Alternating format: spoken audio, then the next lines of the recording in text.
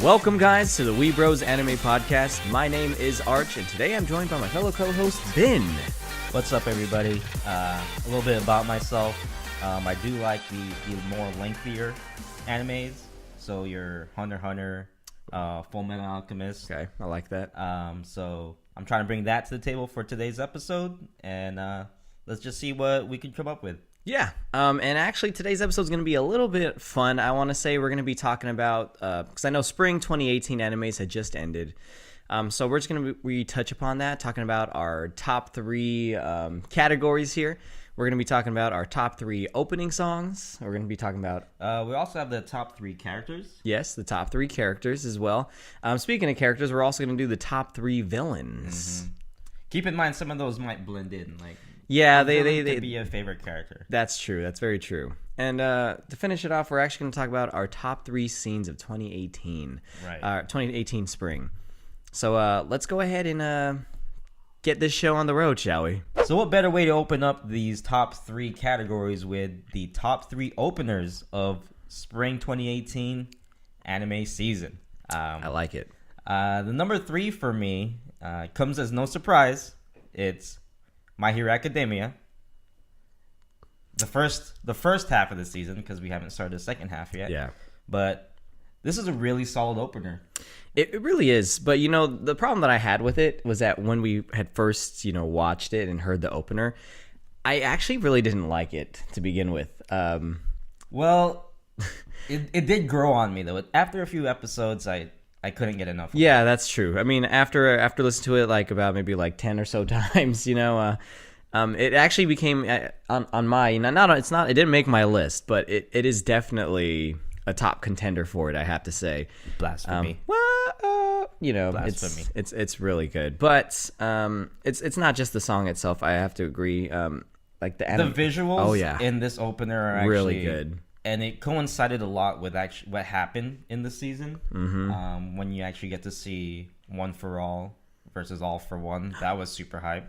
Spoilers, if you haven't seen. But, I mean, it's in the opening, so I guess it's spoiler-free. There was also Deku versus Muscular, and it's just a huge difference compared to the first two seasons. Oh, yeah. You could see the transformation that Midoriya makes, and it shows in this opener. So it really has a place in my heart. Yeah, that one was really good. All right, well, how about you? All right, so actually for my number three, believe it or not, is actually Tokyo Ghoul Re. Asphyxia. That one is... No. It's really good, I have to say.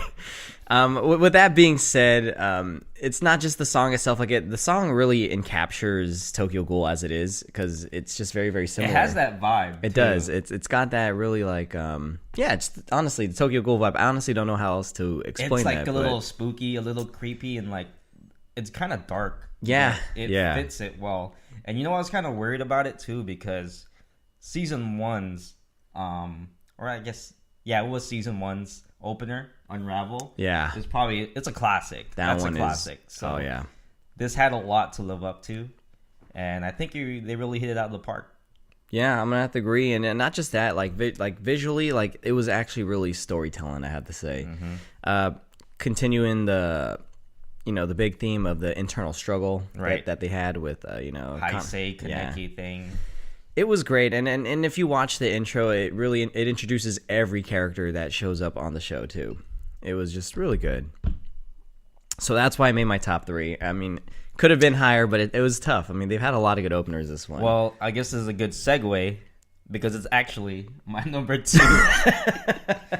And I'm gonna want to elaborate too, though, on what you were saying. I want to build up on it. I did like the visual, the metaphorical mirror between when he was fighting Jason versus how he is now. Yep. So, like you said, the internal struggle, and it really showcases the character development that Kaneki has. Yeah.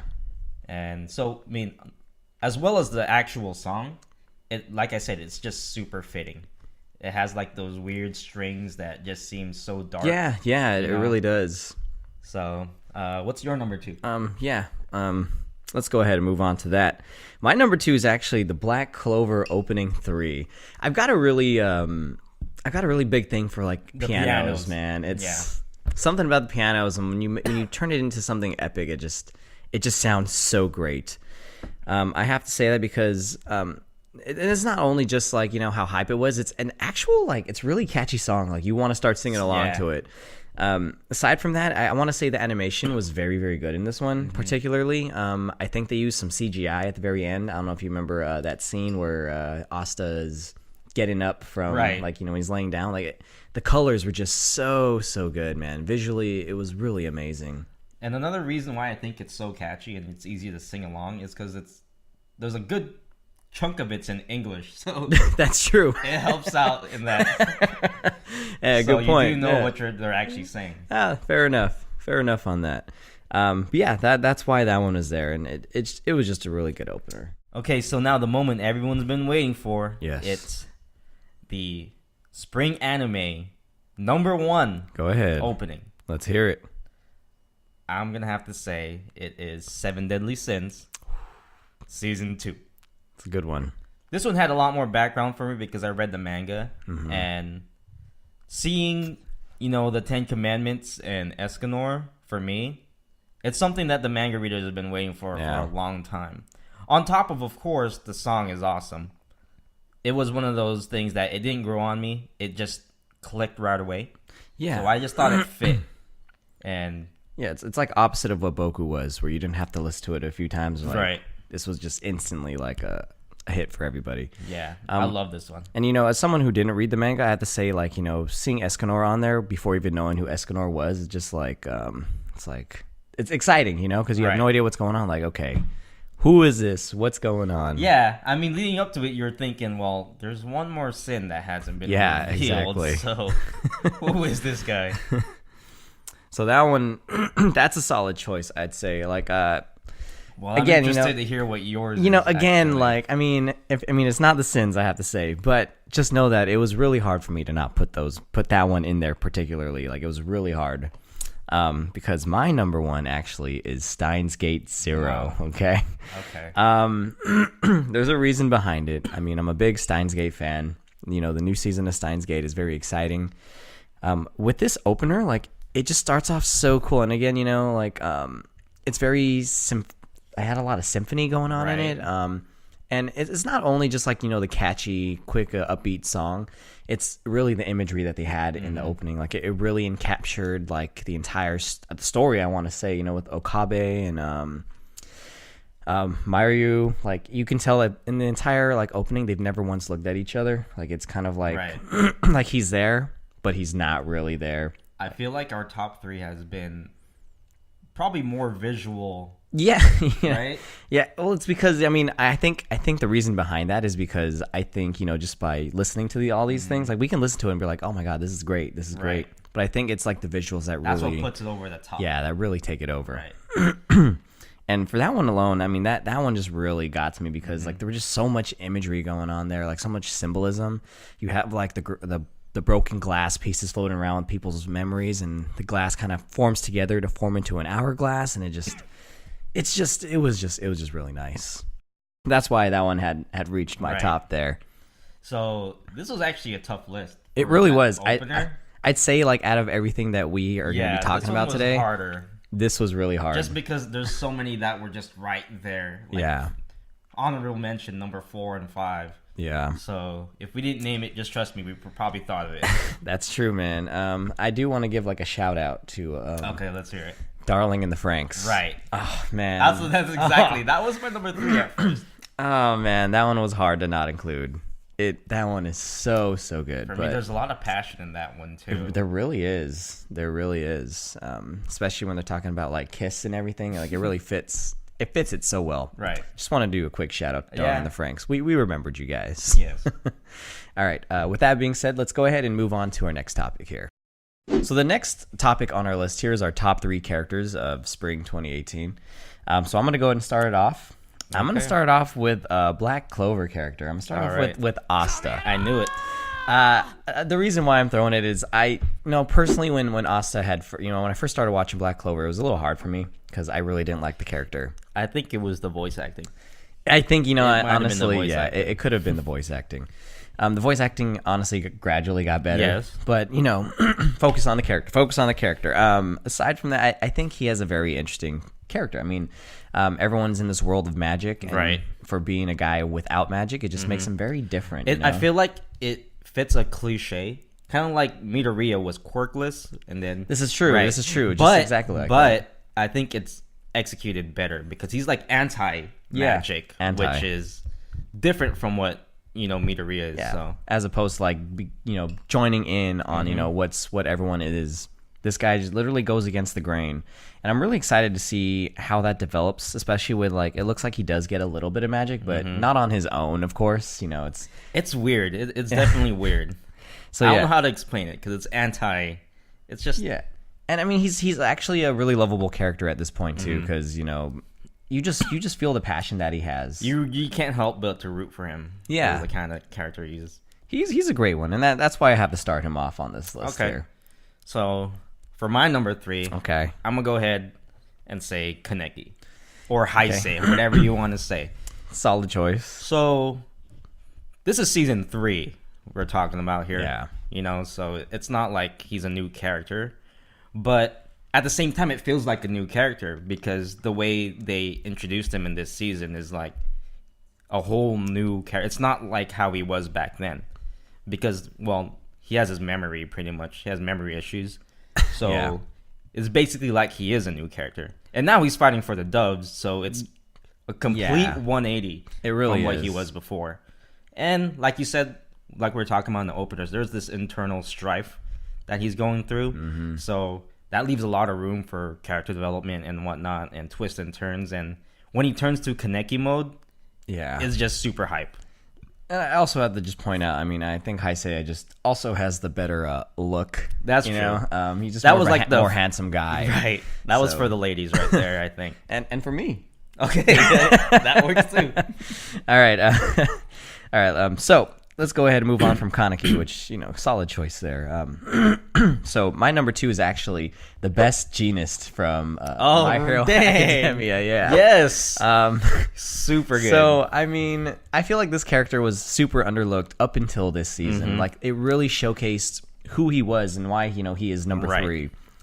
This guy was very, very smart. There was just so much potential in this guy, and I have to say that he really lived to his ideals up until the very end there. Right. Just like the theme song. Yes. And he just went out like an honest. Okay, so I want to point something out to the viewers first. We don't know each other's list. I don't know what's his top 3. He doesn't know what's top. So this is a big surprise to me. But when he said it, I'm like, you know what? He's a super solid character because not only is he number 3, you've always saw him before, and you're like, why is he number 3? I've always wonder jeans, really, like this guy and with his power. His outfit too. Let's not forget that. So it's kind of hard to take him seriously. Yeah, but his quirk's actually pretty strong. It's he can really control good. thread and if you're wearing clothes, you're losing. Basically, it's just unfortunate that you had to wear some fabric. Yeah. And it's unfortunate that he had to see All for One or One for All. Yeah. But the way he went out, though, it's definitely he saved everyone first. Oh yeah, and then he just got honestly a great hero. He really is a great hero. And I just love that introduction of him because you never really saw him in action before. No. And I didn't realize how much I liked the character up until this season. So. Right. That's why he had to make it on. He's silly, but he was silly back then. But now he's just, he's pretty badass. Yeah, he's a badass character. Yeah. Okay, so I knew this was going to be controversial. That was controversial, basically, because it's like he was in maybe 3 minutes of the whole anime. But okay, so made a really good impression on that. Okay, that's true. My number 2. Let's hear it. Man. My number 2 is Bakugo. Bakugo is my number 2. I know. Okay. I know. Just hear me out. Here's the thing. I know a lot of people are like, well, this guy is complaining for no reason. He's like, why is he so angry all the time? Especially at Deku. And he's annoying, man. I'm not gonna lie. He's an annoying character. Yeah. But, you know. Okay, hear me out. I'm hearing you. Go ahead. There has to be someone like this, though. He's kind of like the Vegeta of the Boku no Hero universe. You know, he's the rival. He's the other person. And he's actually really strong, too. Let's not forget that. He was also number 1 in class. So That's true. He did. And that was the mental part. That wasn't even the combat part. Mm-hmm. So there's a lot of room for him to grow. But also, we got to think of his character like, you got to try to be in his shoes. Like, in real life, if you spoil a kid enough, they become spoiled. That's true. They become entitled. That's how he was, basically. Like, it's not his fault that he got a cool quirk at a young age, too. And then everybody just kept praising him. Just like his mom actually said. They praised him for dumb things, and he ended up thinking that he was better than everyone. Yeah. And when Deku, a quirkless person, comes to save him, he starts thinking, why are you saving me? I don't need saving from you. So for me, prideful. Yeah, he's super prideful. But for me, the reason why I like him is just there's so much room for development there. And as you see in this season now, as from last season too, when after he fought All Might with Deku, you see what his resolve is. He wants to win no matter what. Yeah. Even if he wants to be a hero. He also wants to be like how Midori wants to be like All Might. Mm-hmm. So that's why I chose him, because I think he's misunderstood. And you know what? I'm part of that grain, man. I mean, he is annoying. He's dumb. He's angry for no reason, but that's human nature in a lot of people too. Like, yeah, I mean, I'm there with you on that. The reason why I'm just finding him annoying, it's just like, come on, man. Like, clearly Midoriya sees you as a really good friend, and like even when Midoriya came to save him, like he even had to think about the way he was thinking. Like, oh, he's not gonna want to get saving from me. He was want to get saving from you. From Kirishima. Yeah, right. But when that did happen, and you saw that smile on Bakugo's face and everything like that, I'm starting to see that it's gonna start turning around. So we'll see. We'll see what this season brings. All right. Well, I'll go ahead and let you have that one. That's okay. Totally fine. Let's just hear your number one, man. Let's hear your number one. So my actual top character for the entire season is actually a deadly sin, and it's actually Bon. Believe it or not. Yeah.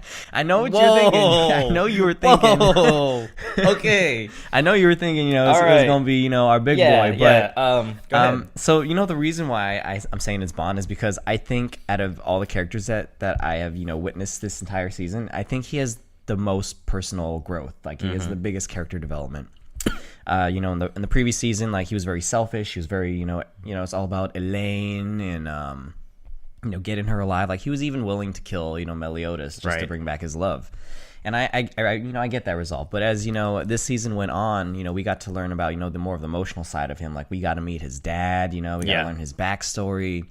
And, his dad even gave him, like some, actual fatherly advice saying, that's your friend, And, you should treat him like a friend. And that changed, like, his entire, like... perspective. Yeah, exactly. Right. And, he generally felt bad about, what he had done. And, of course, Meliodas don't care. He's like, yeah, that's cool. We're homies. Right. I think that it just... With seeing him becoming more compassionate there was just really awesome to me. Yes. And honestly, the way he was willing to stick out his neck for Meliodas, like in times of danger, even when he obviously didn't have any chance at all, like he would go out there and try and do what he was very loyal to Meliodas. Very, very loyal. He kind of reminds me of a Zoro and Luffy. Yeah, you're right. Exactly. That's a good way to put it. So in the, I guess, anime community, Bon is actually considered to be the weakest of the sins. And that's why they gave him the clause where he can't die, because he dies all the time. Yeah. So they had to balance it by not making him too OP. Yeah. But I do like how they use that him dying a lot. That's why he came to save Meliodas. I feel like in the storyline, if it was anyone else, that's bye. True. See you later, King. Good Sorry. But I do like that his loyalty is just undying for him. I love that pun you did there. Yeah. Okay. All right. Well, let's go here. Okay, let's go to the number one that I thought it was. You're already smiling, and I think man. it's super obvious that Escanor is my number one. Okay, yeah. And I can't disagree with you on that one, because I know. And I think you knew that this was my number one already, because I was super hyping it up. I definitely knew this during this season. So thank you for not putting it as your number one, because this would have been a very short segment. But For obvious reasons, though. For obvious reasons. Every anime needs that one OP character. Yeah. But I do like how there is a clause to it. Yeah, there's a counterbalance between him. And obviously it's because, there's two sides to him. At night, he's pretty much useless. He's useless. Yeah. Except for that one time, but he had to release his axe. That's true. And Gauther had to get into his mind. Yeah. So it was a little trickery. And he really lives up to his pride name as well. I love really how prideful he gets when it's daytime, because it's like it has those great one-liners that are just like, oh no, he didn't, So he has those like just down talking to Esterosa and things like that. Oh yeah. Oh man, it's super, super good. Yeah, so with that, I mean, and also I want to talk about like his own like character design as well. Like they designed him as like the ideal like I want to say American strongman, right? He's the like mustache and everything. Yes, really good choice on that. It really fits the character, and I just think he's a great character, man. I don't know how else to explain that. It just he's just your typical badass. Yeah, that's it. And every anime needs one of those. So. And he's also like the funny guy too. Yeah, he's also at the same time, which is weird because that's not what you expect from that kind of character. At nighttime, it's silly. Yeah. So that's our top 3 for the characters, and this was also pretty tough just because there's so much to choose from. So I like how you dug deep with the best genus. That's digging deep. Yeah, honestly. And this, I mean, honestly, I wasn't expecting Bakugo. Honestly, though, really, to be honest, I think he's my favorite My Hero character. I like the controversial characters because they do have a purpose. That's true. They do. They do have a purpose. And I mean, the way it's set up. I mean, especially with Bakugo, like there's something planned out for this guy. So that concludes our top 3 characters for this season. Now let's go ahead and do some more characters, but let's be a little bit more specific. We're talking about the bad boys now. We're talking about the villains. Oh, yeah. So my number 3 is actually going to be Dabi. Okay. Dabi. I mean, I like the character design of him. Yes, he looks super cool, super creepy. Stitched up. Yeah. So he's actually under, what's his name? Shigaraki. I actually like him more as a villain than Shigaraki. I do too, personally. Hand boy? Handman. Yeah. So he actually led the attack against Midoriya and all the students in the forest when they were training, and he had some good moments, like fighting against Aizawa. Even though he got beat, but that wasn't really him. And just pretty much being a nuisance for everyone that was trying to help. Yeah. But at the same time, I felt like he had such a good leadership role for that team, and you can tell everyone actually listens to him and respects him in that sense. And these are all criminals. Yeah. Respecting him. So, something has to happen. Exactly. And I think I'm going to get a little bit more... I'm going to put my tinfoil hat on. Oh, boy. And I'm going to talk about, the fan theory, which I think is true, honestly, is he's actually Todoroki's brother. Yeah. One of Endeavor's spawns. I mean, there has to be something going on. I mean, he has blue flames. Right. Endeavor has blue flames, too. There's something going on with that. Yeah. Something has to be. And I don't know if you're keeping up with the manga. I kind of skipped a bit to the end just because I'm super impatient. But that's what it's starting to seem like, honestly. I mean, I guess it's spoiler-free. So spoiler-free, it might seem that he is related to Todoroki. We'll see. A lot of people believe this. A lot of people might get disappointed or just celebrate. Yeah. So that's true. I mean, I can't say I don't like him. So I mean, I do respect that he's on your top 3. I mean, he almost made it to mine. He was very close. He's very close on mine. Speaking of which, my number 3 is Doreri from Seven Deadly Sins. That's the naked girl, just covered up with shadows. Yeah. I mean, not just, aesthetically pleasing, of course, but I think her character is actually really cool. She's very hot-headed, and it really fits her power. Yeah. And what I really liked about her is her power. Every hit that she gets on somebody adds extra force to the next hit. And she had over 50 hits on Meliodas, and that pretty much broke his arms completely. She's a very, very strong villain. Sad to see her she got go the way she did. I believe she got full countered in a giant ball of flame. But up until that point, I thought she was really, really cool. I really wanted to see more of her, but unfortunately, I think that's the end of her. With a power like that, you could almost assume that it's infinite potential. Like if you just kept going, Oh yeah. You're gonna kill people. Yeah. If you go like 1,000 hits, that's. Yeah, and it looks like Meliodas was the second person. I believe was the person. I don't think they ever said who was. They never said who was the first. So I would really love to know how. In terms of sheer strength and unique power, I feel like she's a really. I mean, her design is also good. Let's not forget that. Yeah, she's sexy. But I gotta agree with that. All right. All right. So my number 2 villain. Is Eto Yoshimura, the one-eyed owl. Okay. This is another in the making. I mean, I'm not mad at it. I'm not mad at it. She has that little. I expected that to be your number 1, though, to be honest. No. She has that tsundere kind of, personality too with Kaneki. Like, with the tongue and everything. Yeah. I hate you, but I love you, but I will kill you. And this is in the making because for me it was a surprise because season 2. It's been a while since season 2, so.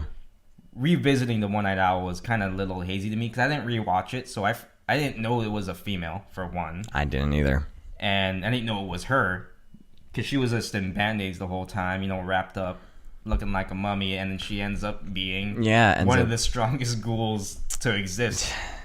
And she also killed a lot of people, like a lot of big characters in the other seasons. Mm-hmm. One of the main characters for the Doves, she killed her dad. She ate her dad.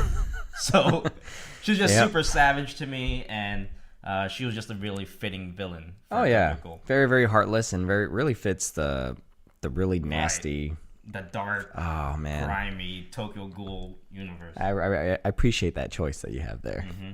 All right, so with that being said, my number 2, and you're gonna have to hear me out on this one, man, because it may not even be considered a villain, but.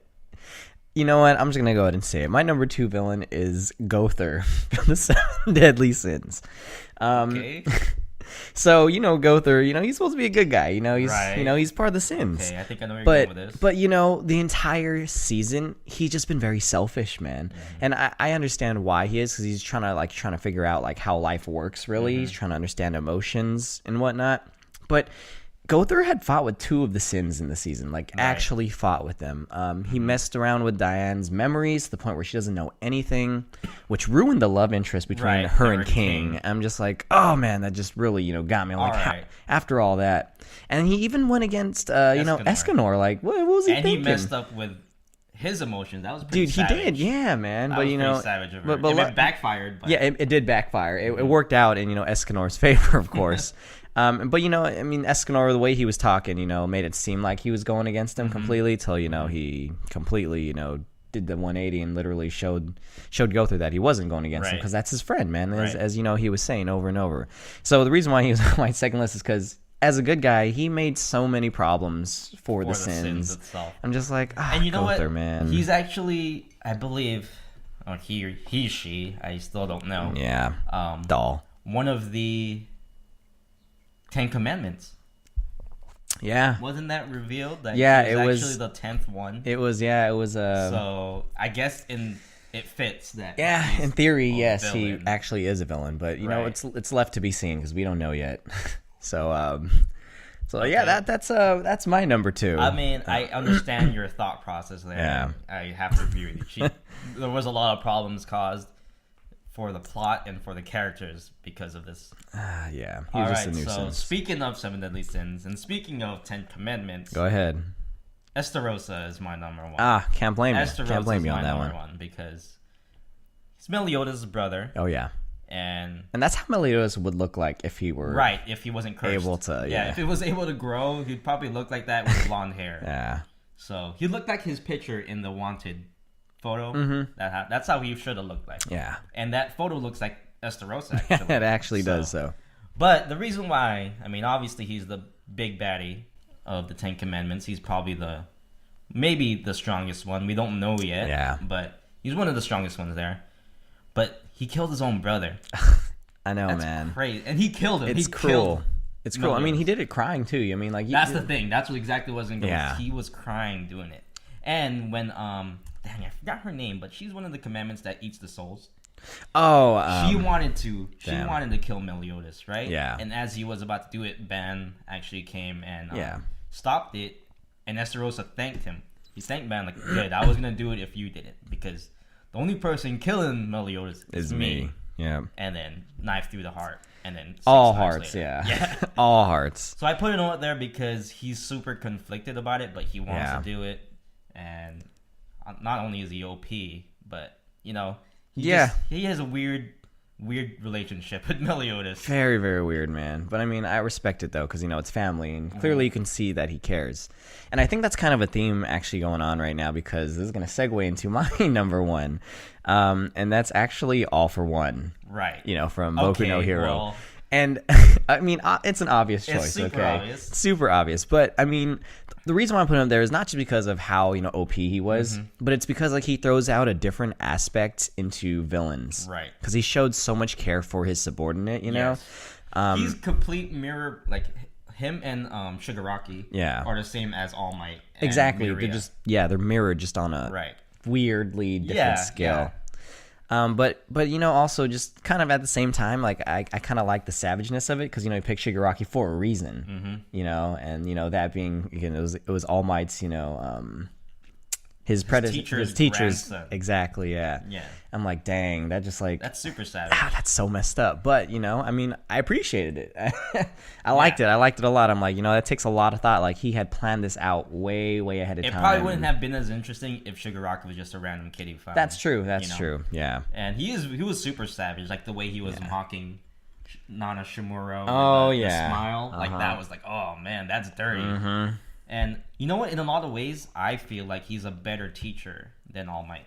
Yeah, I'm gonna agree. All Might, I mean, he kind of sucked as a teacher, to be honest. And he even, I remember a memorable quote by him is, that was a good time for All Might to die. He said All Might should have died, because then that leaves Midoriya to fend for himself. And sometimes as a master, you need to know that's true when to do that. And it showed Shigaraki, it's panned over to him. Yeah. Just angry. Because now he has more motivation. Yep. He has a bigger purpose now. So I feel like he was a better teacher than All Might. He planned that out way better. Yeah. Super smart, too. I mean, you hate him, but he's super smart. As cliche as it was to pick him as my number one, he really deserves Let's be real, though. A top spot, man. He's the number one villain. He is crazy, man. I mean, speaking of him, the best genius, man. Yeah. No hesitation. It's like, your insides are done. Yep, that's it, man. Yeah. All right, so now we're actually here at the last bit of our podcast here, and this is actually going to be the top 3 scenes of 2018 spring anime here. And my number 3, you got to hear me out, man. It was really hard for me. Okay, this was really hard for me to pick my top 3. And with this third one, just hear me out on it. All right. Okay. So it's actually the entire 12th episode of Tokyo Ghoul, man. There was not one scene in there that I could actually decide to pick, because there was just so much going on in it. Right. This is where Kaneki's memories are fully kicked in, and he's going full badass mode and kicking everybody's ass, man. And as we were talking about, the one-eyed owl, literally that entire scene happened right there on the 12th episode, and it was crazy. Not only that, I mean, I want to say it's the savagery that the memories of Kaneki had brought. When he's ghoul mode with. Oh my goodness, man! He just went that fight with Karen as well. He didn't care. He held nothing back. He just went full out ghoul mode. I'm kicking your ass, and this is it. You're taking it. Even to his subordinates. Yeah, even to his subordinates. I even wrote down a quote here with what he had said. What was said to him was if only you had come sooner. And then Kaneki or Heise responds back, so this is my fault. I think at this point it's safe to say just Kaneki. He's Kaneki. Not Heise anymore. Yeah, man. It was crazy. And then I remember the last words he said to him was you should curse that own weakness of yours, which brought him to his knees. And I was like, dude, that's crazy. This feels like the full culmination of the whole struggle, but internal struggle. Oh yeah. Just the climax finally happened at the end, where he's like, I'm not gonna fight it anymore. This is who I am. Yeah, and I know that's cheating to say the entire 12th episode, man. No, but I mean, you know what? It's actually really cool that you put that in there. Because it reminds me of the ending of the first season against Jason, where he accepted I'm a ghoul. Yes. He accepted okay, you're right. Yeah. Again, this time as Heise, which is really cool that they bring that back. Oh, yeah. And now he's just on a whole nother level, man. Right. And I'm really excited. And I think that it was a very, very important episode, because now it's going to show the direction that it's going to take from this point on. So yeah, that was my number 3. Okay, I mean, I can't argue with that. It was good. I mean, yeah, it's not the top 3 episodes, but I understand why. You chose that, because it was like the whole episode was just so action packed. Yeah, so much was going on. All right, my number 3. This was actually easy for me because these 3 are super easy for me, so they might be obvious, but my number 3 is Midoriya versus Muscular. That's a good one. That's a good one. So if it was, here's the thing. Obviously, it's a good scene. Obviously, it was emotional. The music was great. Oh yeah. Going 1,000,000% was great. But it wouldn't have been a good scene, I think, if Kota wasn't there. Which, Kota was super annoying. Man, I don't know, man. Here's the thing. I like that scene, but Kota, really? Okay, you gotta hear me. Okay, you gotta hear me out. All right, I'm listening. This was Midoriya's first real act as a hero, I feel. Right? No, it was. You're right. Let's go ahead and admit that. Yeah. Even in the end, Kota says, "My hero." This is basically Midoriya's first fan. This is his first step. This is the first time he's ever done anything for someone else that wasn't one of his classmates or All Might or something like that. And I felt like that has a lot more meaning than some people think, because it's a milestone and it's something that he's always wanted to do, obviously. And in season 3, towards the end of season 3, that's actually what pushes him to keep going, is that letter from that Kota, letter. Yeah.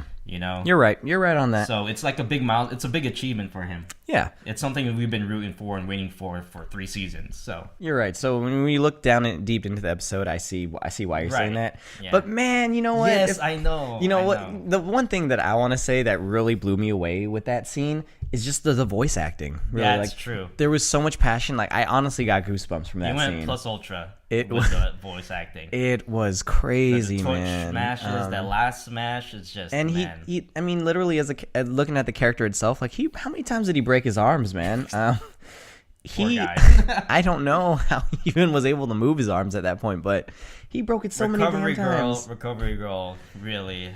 She has job security. Oh yeah. Say that with him. All right. So that was good. I like the choice. The reasoning behind it, I'm just like, but I respect it. I respect why you said that. So this will lead me into my second one, or my number 2 here, and this is actually Meliodas revealing his revenge counter. Okay. Specifically that. Specifically, right? The revenge counterpart. The entire scene building up to it, like the entire episode, this dude is getting wailed on. He's getting beat up by every single commandment. For some reason, you're just wondering, like, why did he decide to take on them all by himself? Right. Like, what a moron. Well, he didn't really have a choice for one. Okay, fair enough. But and you're right, he couldn't even escape. To be fair, because one of the commandments in the beginning kind of just sealed him away, and he's like, "What's this? Oh, now I can't escape." Yeah. Okay. But what I liked about that is that he really made himself look very, vulnerable, like he was losing. Which I honestly think he was losing. As much. I wasn't surprised he was losing. He's fighting all the commandments at once, so it's like this is what you'd expect. Exactly. And he was getting wailed on, getting beat up, and up until that very last point where he just like he gets he's right there standing in the middle of everything, and you just hear him utter the words "revenge counter." And then I was like, oh my God. You know what? Like, the reason why that was such a big shock to both of us, because we watched it together, is we kind of forgot that he had a revenge counter. Yeah. I felt like I forgot about it. So when he said it again, it's like saying it the first time. It was crazy. I was like, wait a minute, I forgot he had that. Yeah, and go through, my villain here. He was bringing it up like as like he was, piling up all the damage, and as he was about to say those words, Go through was talking about like, this is like 30 times stronger than the last time he's used it. Right. And I was like, holy goddamn. And then, when he said it, like I was like, oh, this is it. And it was just the animation and just it was crazy. Yeah, it was beautiful. He was about to kill every single one. Oh yeah, everyone was gonna die, and everyone just like, oh, we're gonna lose again to this guy.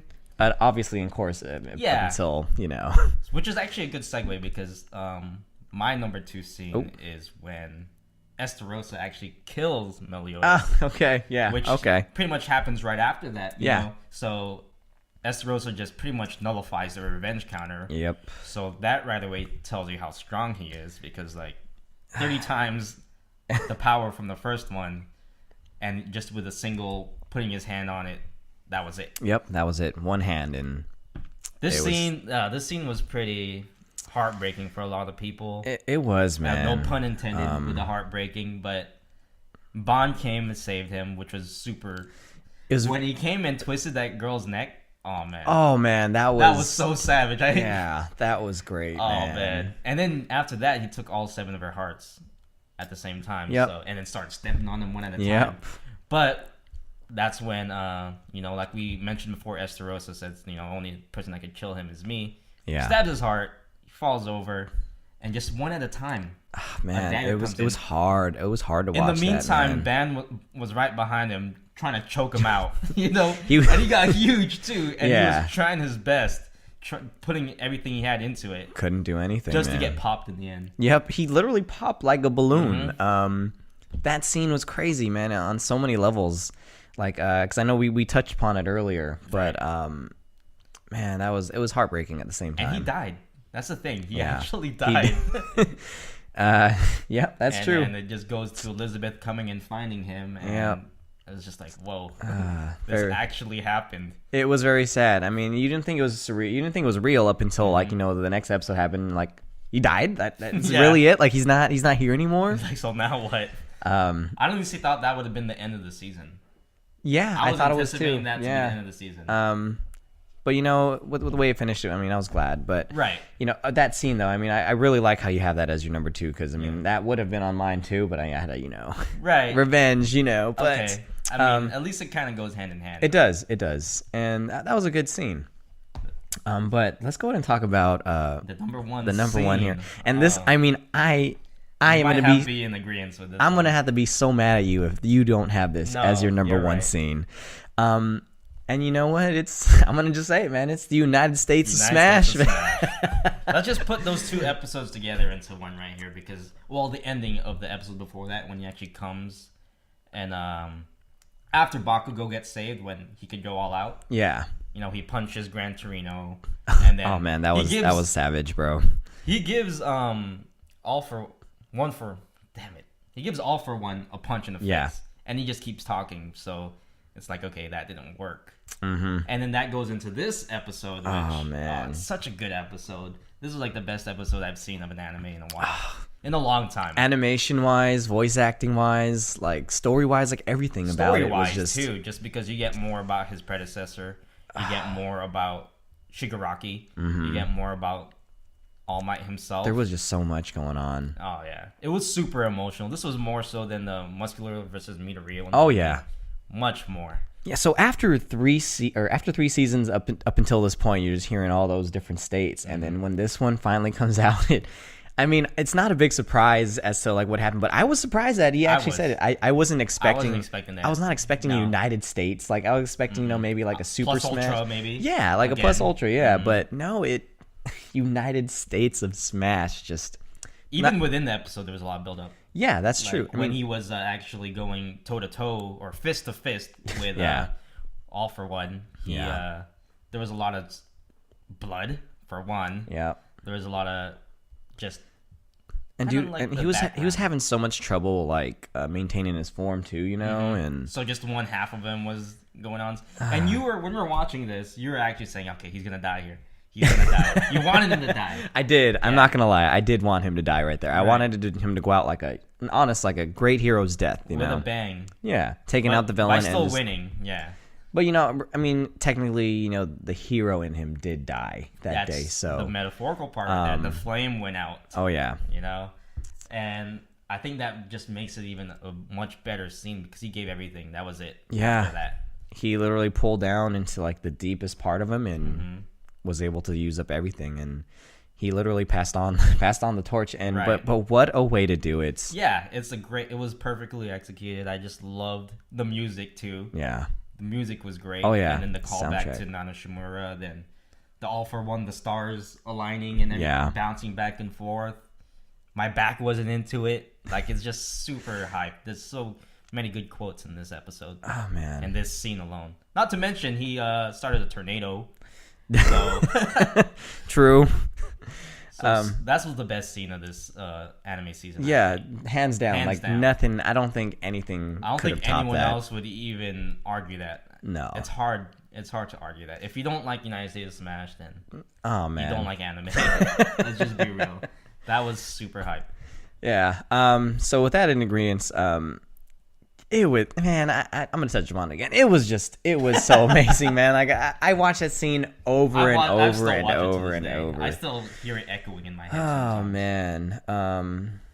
That was a great scene. But let me just do like a quick shout out to another scene here. All right. And that was actually when All Might found Bakugo, and they had the situation under control. I know what you're talking about. And then Bakugo literally disappears as he's trying to grab him, and then he goes, "No!" Yes, that's a great So scene. that scene right there would have made it to my top. It was very close on there, but I mean, just had to do a quick shout out to that one, you're you right. know? I think we rewound it and watched that so many times. Yeah. It was funny. It was good voice acting. Oh my goodness. It was a serious moment. And not just like, the animation too, man. Like, it just looks so crazy. Mm-hmm. So that one is... that's your shout out. That's my shout out right there. Do you have anything that you want to talk about? In terms of a shout out, or like in terms another of an honorable mention? Yeah, an honorable mention for any of the top any of the top lists. Shoot. So I guess I kind of want to revisit the openings. Oh, go ahead. Because there's obviously a lot we missed. Like you said, this was this is the hardest one. Because they're so good. There's so many good ones. That one was tough, man. So we left out Darling in the Franxx, but that's obviously a good one. But I want to talk about endings. I think Black Clover has a great ending. Great ending theme. One of the best ones. I think out of all the animes that came out, all their endings, I loved all of them. That's true. All the ending credits. It's weird. I know it's kind of... And like, I want to say, like, as an anime fan, I mean, I especially like when it comes to like Naruto and like the long going animes, like I kind of have a tendency of trying to like skip these. Yes. But for the spring anime specifically, like I didn't skip it. Yeah, I did not skip. I literally watched to the end and tried watching, the next episode preview. I even just listen to it, with headphones. Like I don't care. Yeah. I'm playing a game or something. I don't blame you for it. I mean, that's a good shout out. I mean, this season there's just so much going on in the spring season, and it was a good season, one of the best in a while. I'm really hoping that summer can compete with it. Yeah, and I think it will though. It is. I mean, so far from what I'm seeing, like it's been pretty good. We have Attack on Titan coming up. So that's true. Stay tuned for those. I'm waiting. I'm waiting to hear the opening of that one. Oh my man, gosh! I know. This is like the Tokyo Ghoul thing. How I know. it has a lot to live up to. Oh yes, it does. Because the first one, the second one was kind of that one grew on me though. Yeah, that one did grow on me too. At first, it's just hard to because you're comparing with the first one, which was so hard. Another classic. But hopefully this summer season will treat us well. Attack on Titan, Boku no Hero again. We got some new anime coming out too, so I'm excited to see what happens. So might have another top 3 after. We may have like a nice little roundup. But with that being said, I think we're gonna go ahead and end this podcast here, guys. Thank you all for tuning in. Thanks for joining us, everybody. So we are the Weabros. Please go ahead and subscribe to make sure you guys are up to date with our episodes. And if you guys have anything that you would like to say, any comments, any suggestions, or maybe what your top were, go ahead and just leave us a comment, or even shoot us an email. I'd love to see the top 3 of people's. Yeah, I will see other people's opinions. That's right, and it better be United States of Smash. It better be at least in your top 3. Yeah, at the very least. If it's not in your top 3, then where were you this whole season? That's true. With that being said, guys, thank you all for watching, and we will see you again in the next episode. Take care.